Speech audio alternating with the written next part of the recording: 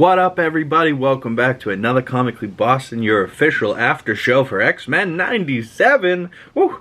I'm so hyped. This show's been really good. Although this episode 4 was probably my least favorite of the bunch so far, the show has still been really good so far. So, like, the first 3 episodes, I think I had given 10 out of 10s for all of them.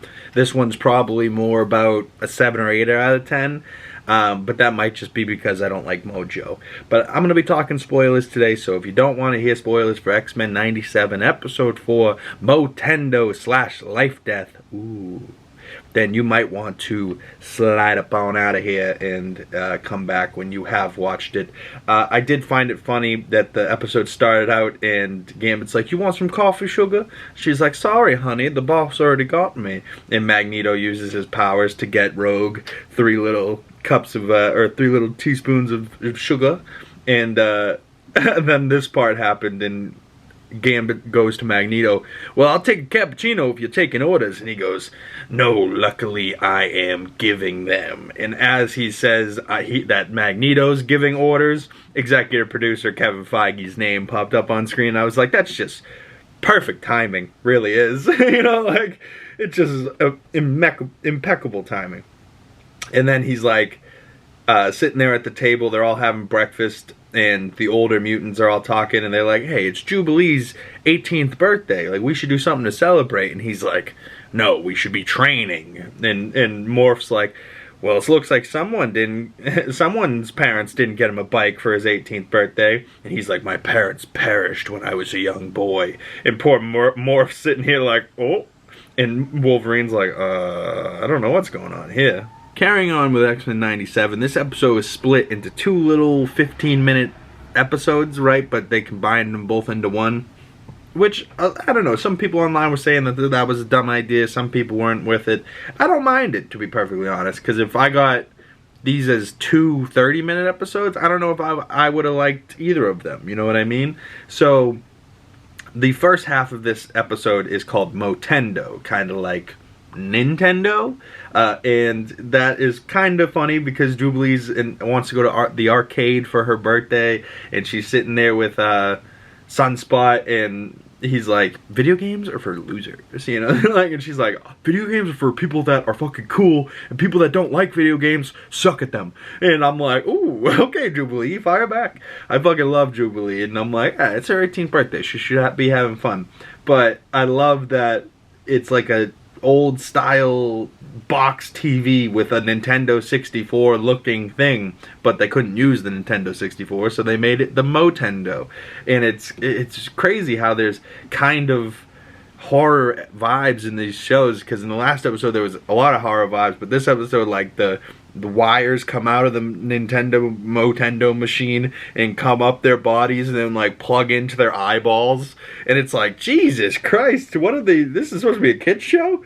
But the first half is definitely more kid vibes, more fun, and Mojo comes back from his appearance in the original X-Men show from 1992 to 96 or whatever the run was.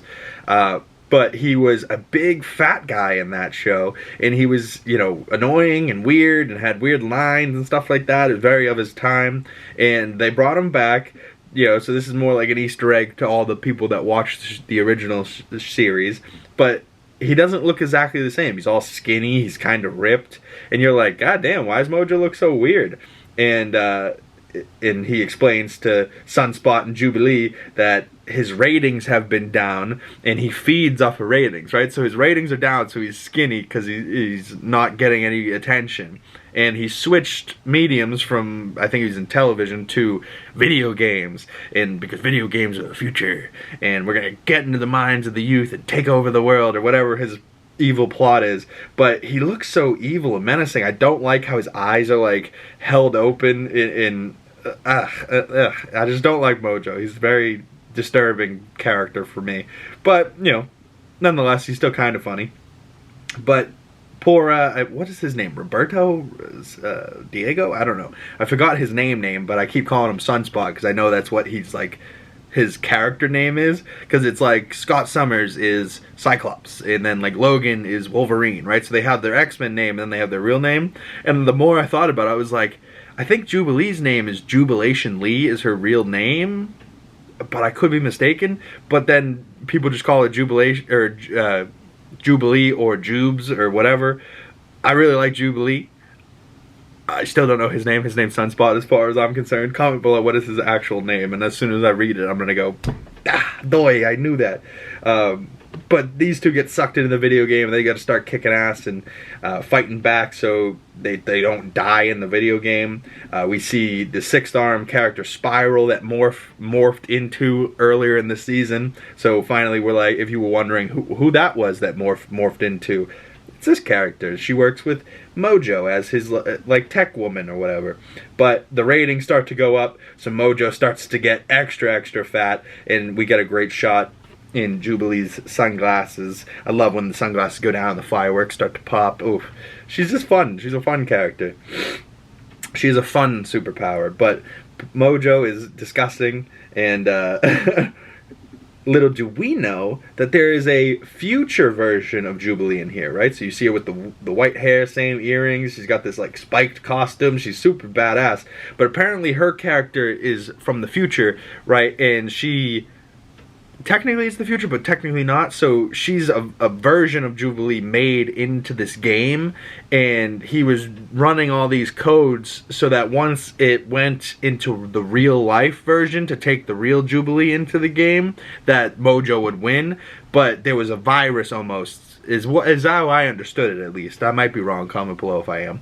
But Jubilee, the older one, was a virus that Mojo couldn't control and couldn't like wipe out of the game. So once the real life version of Jubilee gets dragged into this game with Sunspot, the older Jubilee is there to save her. She keeps dropping extra lives and little things that aren't supposed to be happening. Like Mojo wants to just kill poor Jubilee and Sunspot's like dying, and this other one drops an extra life so that she gives him the extra life, and he's like, did I die? Did I die? And she like hugs him. She's like, oh my god, I'm sorry, but you're gonna live.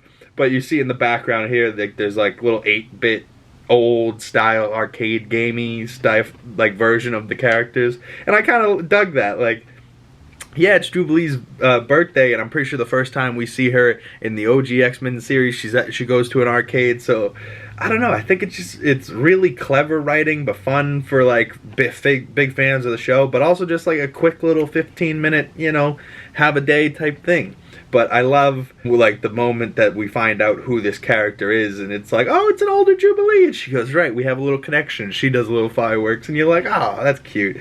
But I do think her costume's badass with the chains and like the visor with the spiked helmet. Yeah, old Jubilee is fucking badass. But you know, they of course kick the ass with the help of older Jubilee of Mojo, and then they get out of there and they get back to their room, and Jubilee realizes that she actually has real feelings for Mr. Sunspot here. And I don't know if he has feelings back, but the fireworks certainly do happen on that kiss. And then that's how that half of the episode ends. And then we slide over to life death. But as far as the Motendo side of things, I enjoyed seeing Jubilee have a little 18th birthday smoochie at the end there. So I was like, a little love story, I'm into it.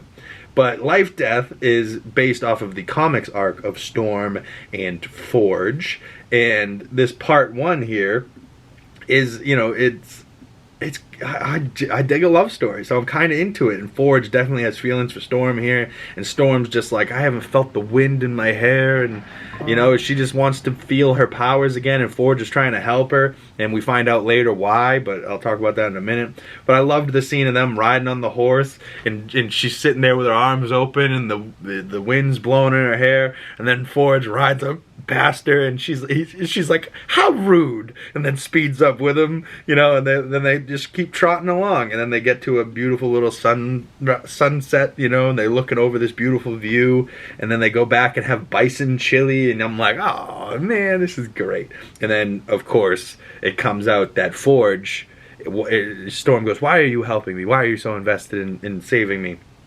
And he's like, because I maybe was the person that made the prototypes that eventually came on to be the technology that they used to take away your power. So now he's selfishly trying to fix his wrongs that he's done in the past, but he's also kind of in love with Storm, so he's like, come on. And he's like, Storm, you could say whatever you want after, but I just need to tell you I love you. And she smacks the fuck out of him, and she's like, no, you're a lie. And then she rides off into the distance, and it's super sad, the moment where he's like, I love you, and she just slaps him. I was like, poor Forge. But I love that, like, details about Forge, that he's got no hands, and he's got like no right leg, and he's got bionic like replacements, and he said he lost him in a war. I wonder if we'll find out what war, what happened, what happened to him that he lost his limbs and whatnot. But that episode ends kind of abruptly because Storm goes to ride out, and she's like depressed and miserable without her powers. And I saw a theory online that based it off of, because Forge was like worshiping her, like, you are a goddess, I must heal you type of thing, and he said you are a goddess, that this demon was like, oh, this goddess isn't acting like a god and she's all depressed and whatnot, and that demon is now feeding off of Storm's depression and how miserable and down she is, and she's gonna have to learn through fighting back this demon without her powers that she has a life still, and she's gonna have to move on type of deal. I don't know. I've never read the Life Death comic book arc. If you have, comment below some extra juicy details that I might need to know before Life Death Part 2 later this season. I believe that's 2 episodes away. The next episode, I believe, is like a intermediate episode called Remember It, which might be a Gambit episode, might be a Cable episode. So might find out what happened to poor baby Nathan Summers when he left with Bishop earlier in the season. So that might be next week, and then the week after that, I believe, is Life Death Part 2. But either way, I'm super excited to see what happens with Storm, because I want Storm to get her powers back. Like, I don't want Storm to just be a normie. Like, Storm was super cool in the first couple episodes, and she's super powerful, so like, you want Storm to keep going, right? And I kind of want her and Forge to fall in love, but if they don't, you know, that's not that big a deal. But poor Forge got slapped, and just for telling the woman his feelings, but he also kind of lied to her, so, you know, slap warranted. But still, comment below, what do you think of this episode? Not my favorite one so far, but this show I've been thoroughly interested in, and I can't wait for next week. So comment below your thoughts on X-Men 97. You can hit me up on my other social medias, links in the description below.